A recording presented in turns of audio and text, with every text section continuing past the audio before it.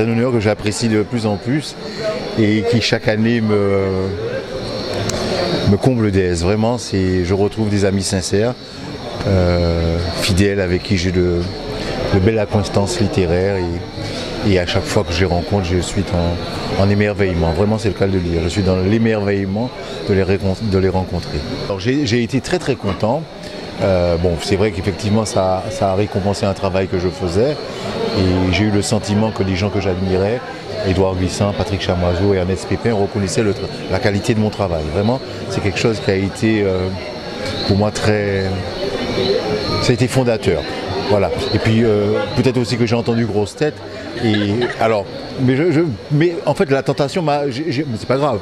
J'ai eu cette tentation, mais ma fille m'a rappelé vite à la réalité. Elle m'a dit papa, tu restes sur terre. Tu as eu un prix littéraire, mais tu restes sur terre. Et je crois que c'est la meilleure des choses, rester sur terre, parce que quand on est sur terre, c'est comme ça qu'on perçoit les tremblements du monde, et qu'on arrive à bien écrire. Mon dernier roman s'appelle Chronique des Montjoly.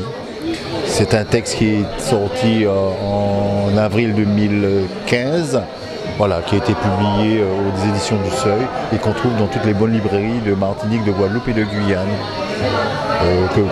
Que dire encore?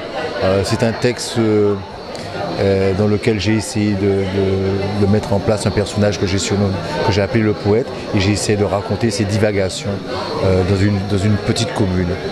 En tout cas, c'est un honneur pour la Maison des Illustres de recevoir les lauréats et j'espère que ce prix continuera, se perpétuera, parce que c'est une manière d'honorer nos compatriotes, nos écrivains de la Caraïbe par nous-mêmes. C'est une manière de dire que nous sommes capables de reconnaître nos propres artistes, et en cela, je suis très heureuse que ça se passe ici.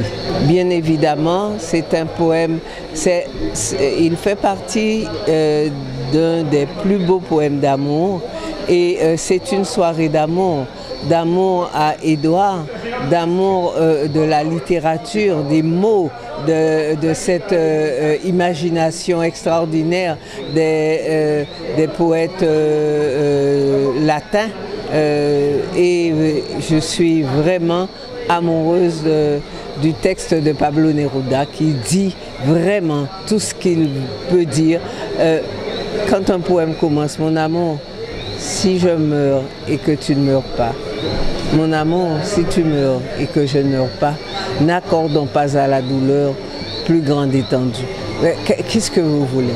C'est magnifique. Je suis écrivain poète et même fondateur du prix Carbet avec Édouard Glissant depuis de nombreuses années, évidemment. Édouard Glissant est décédé et j'ai eu cet honneur, on va dire, incroyable de devenir le président du prix Carbet depuis quelques années, tâche à laquelle je m'assume et que je remplis de mon mieux. Ce prix Carbet pour moi, c'est une aventure.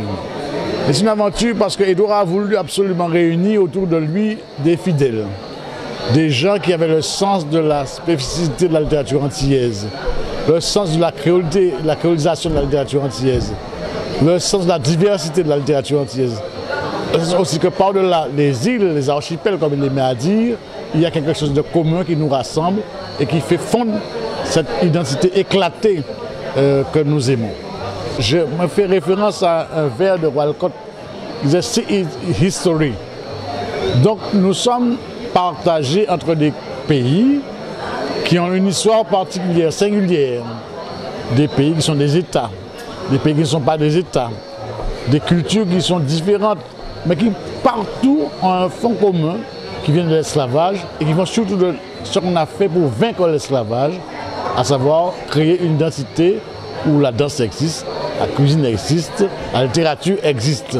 Et nous avons voulu par là crier au monde que nous sommes des hommes et non pas des bêtes. Ce soir, c'est le symbole de cela parce qu'il se joue, puisque nous sommes à la Maison des Illustres, dans les Schwarzbord, et que nous recevons la revue d'Édouard Glissant, le prix Carbet. Par conséquent, ce sont des manifestations artistiques et esthétiques qui montrent fondamentalement que nous sommes dans le monde, dans le tout monde, comme disait Édouard Glissant, pour être des hommes de bonne volonté.